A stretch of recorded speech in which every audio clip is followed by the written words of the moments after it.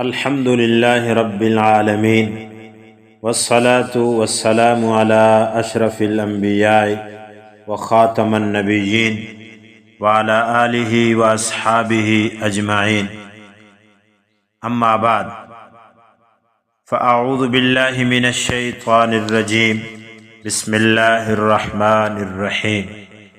شہر رمضان الذی انزل فیہ القرآن، صدق اللہ العظیم۔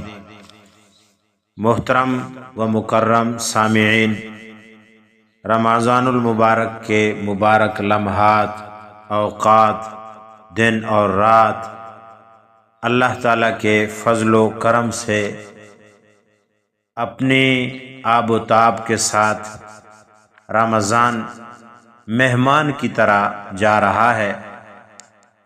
اوقات رمضان، لمحات رمضان کو غنیمت سمجھیں، محنت کریں۔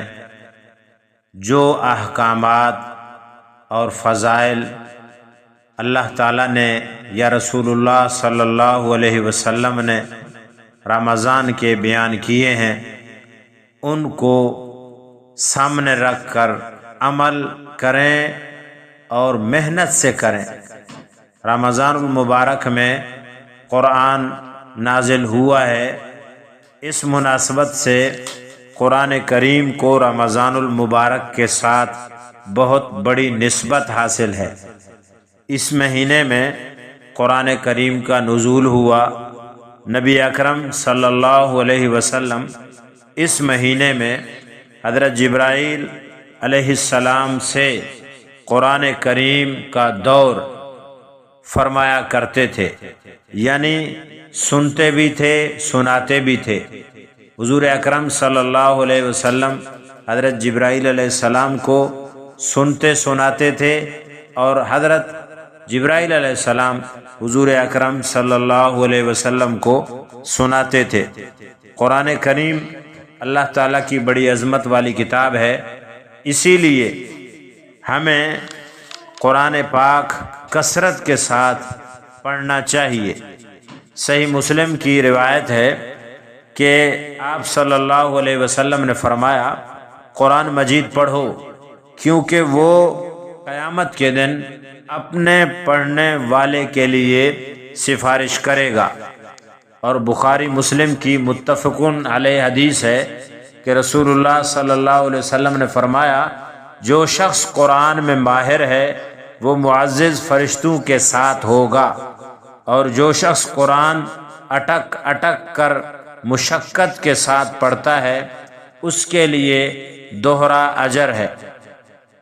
ترمذی شریف کی روایت میں آتا ہے کہ قرآن مجید کی تلاوت اس طرح کرو جیسے دنیا میں ترتیل ٹھہر ٹھہر کر پڑھا کرتے تھے۔ حافظ قرآن سے بروز قیامت کہا جائے گا، قرآن مجید کی تلاوت ٹھہر ٹھہر کر ترتیل کے ساتھ پڑھو جیسے دنیا میں پڑھا کرتے تھے، اور بلند منازل طے کرتے جاؤ۔ جنت میں تمہارے لیے وہ جگہ متعین ہوگی جس جگہ آخری آیت کی تلاوت پر تمہاری سانس رکے گی۔ اسی طرح صحیح مسلم میں ایک اور روایت ہے، رسول اللہ صلی اللہ علیہ وسلم نے فرمایا، اپنے گھروں کو قبرستان نہ بناؤ، بے شک شیطان اس گھر سے بھاگ جاتا ہے جس میں سورہ بقرہ کی تلاوت کی جاتی ہے۔ لہذا آپ صلی اللہ علیہ وسلم کا ارشاد ہے کہ اللہ کے ہاں سب سے زیادہ پسندیدہ عمل وہ ہے جو دائمی ہو، اگرچہ مقدار میں تھوڑا ہی کیوں نہ ہو۔ لہذا اس بات کا خاص خیال رکھنا چاہیے کہ قرآن کریم کی تلاوت تجوید کے ساتھ، ترتیل کے ساتھ اچھا کر کے پڑھنا چاہیے۔ زیادہ ختم کے شوق میں بعض لوگ تلاوت ایسی کرتے ہیں، ایسی تلاوت جس میں الفاظ کی صحیح ادائیگی نہ ہو اور جلدی جلدی پڑھا جائے، اس سے بہتر ہے مقدار کم ہو لیکن صحیح پڑھا جائے۔ اسی لیے قرآن کریم کے تلاوت میں بہت زیادہ خیال، احتیاط کرنی چاہیے۔ رمضان المبارک کا مہینہ آتے ہی ہمارے بزرگان دین قرآن کریم کی تلاوت کے معمول میں غیر معمولی اضافہ فرمایا کرتے تھے۔ چنانچہ حضرت امام اعظم ابو حنیفہ رحمۃ اللہ علیہ اس مبارک مہینے میں ایک قرآن دن میں اور ایک رات میں اور ایک تراویح میں اس طرح 61 قرآن کریم ختم فرمایا کرتے تھے۔ ویسے بھی رسول پاک صلی اللہ علیہ وسلم کے معمولات رمضان میں جہاں اور اعمال کی کثرت موجود ہے، اسی طرح قرآن کریم کی کثرت سے تلاوت بھی موجود ہے۔ لہذا اس ماہ رمضان میں مقدس مہینے میں قرآن کی تلاوت مقدار کے اعتبار سے ہمیں بھی بڑھانی چاہیے۔ عام آدمی کو بھی روزانہ کم از کم 3 پارے قرآن کریم کی تلاوت کرنی چاہیے۔ یہ کثرت میں آئے گا انشاءاللہ۔ تھوڑی تلاوت اور اپنے دنیا کے کاموں کو ترجیح، یہ اچھی بات نہیں ہے۔ رمضان المبارک کا بڑا عمل ہے قرآن کریم کی تلاوت۔ امام احمد بن حنبل رحمۃ اللہ علیہ کے بارے میں آتا ہے، رمضان المبارک شروع ہوتے ہی کتاب بند کر دیتے اور فرماتے ھذا شہر القرآن، یہ قرآن مجید کا مہینہ ہے۔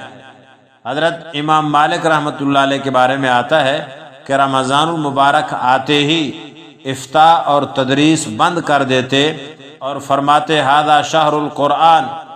امام شافعی رحمۃ اللہ علیہ رمضان المبارک میں 60 بار قرآن ختم کرتے تھے، یعنی ہر دن رات میں 2 ختم۔ تلاوت اور ذکر کی ایک عجیب شان ہے کہ اسے انسان جتنا بڑھاتا جائے اسی قدر اس کے وقت میں وسعت اور برکت ہوتی چلی جاتی ہے، اور جس قدر گھٹایا جائے تو وقت بھی اتنا کم اور بے برکت ہو جاتا ہے۔ لہذا ہمارے اکابرین اور ہمارے بزرگان دین قرآن کی تلاوت کو رمضان میں کثرت سے کیا کرتے تھے۔ چنانچہ ان لوگوں کے دل میں رمضان کی قدر تھی اور اہتمام تھا۔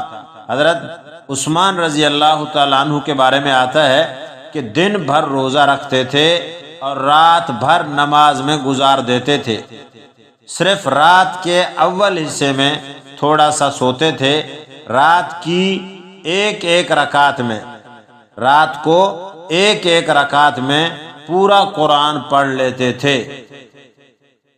حضرت شداد رحمۃ اللہ علیہ کے بارے میں آتا ہے، رات کو لیٹتے اور تمام رات کروٹیں بدل بدل کر صبح کر دیتے اور پھر کہتے تھے یا اللہ، آگ کے ڈر نے میری نیند اڑا دی۔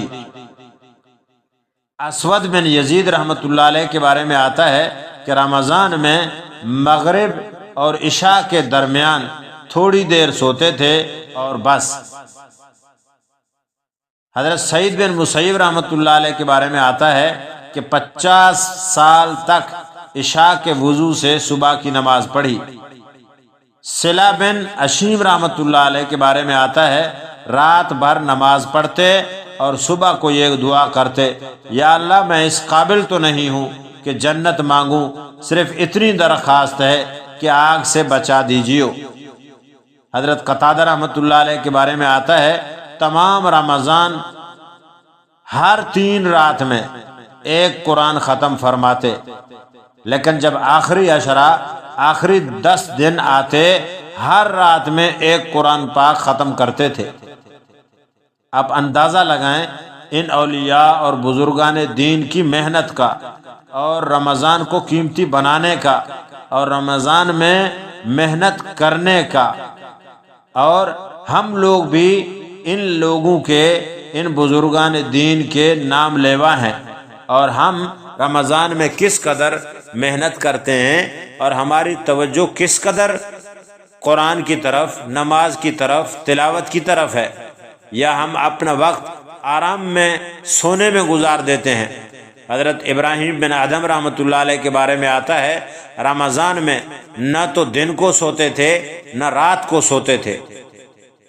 کتنے یہی ہیں ہمارے سلف اور ہمارے خلف اور ہمارے اولیاء اور ہمارے بزرگان دین، اس قدر ان کی محنت ہے کہ رمضان ہمارا قیمتی بن جائے اور ہم رمضان میں کمائی کر لیں۔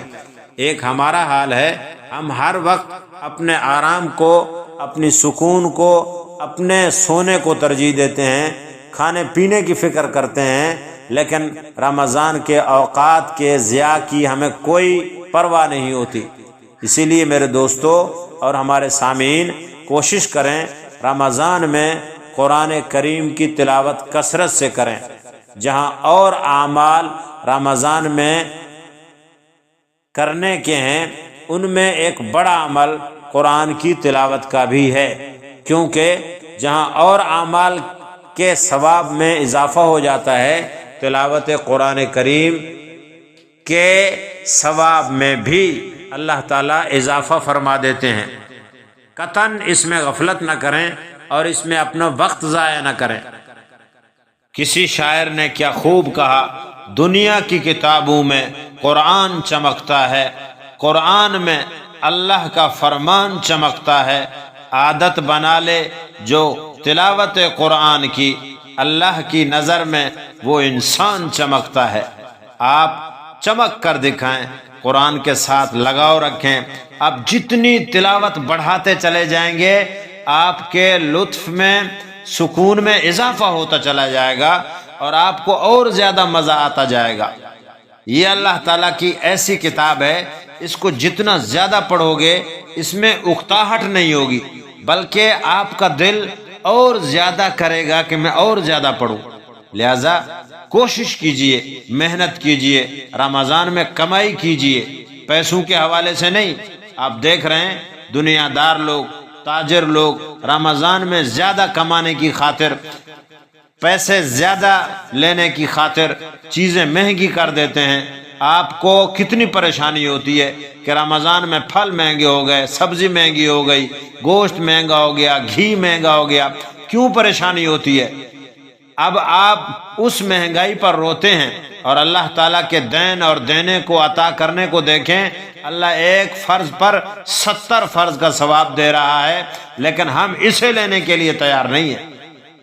ایک قرآن کی آیت پر ہزاروں کی تعداد میں اللہ تعالیٰ اجر دے رہا ہے اور ہم اس کے لینے کے لیے تیار نہیں ہیں۔ نفل کو اللہ فرضوں کے برابر کر کے، سنن کو فرضوں کے برابر کر کے ہمیں ثواب دینا چاہ رہا ہے اور دے رہا ہے، لیکن ہم اس کے لینے کے لیے تیار نہیں ہیں۔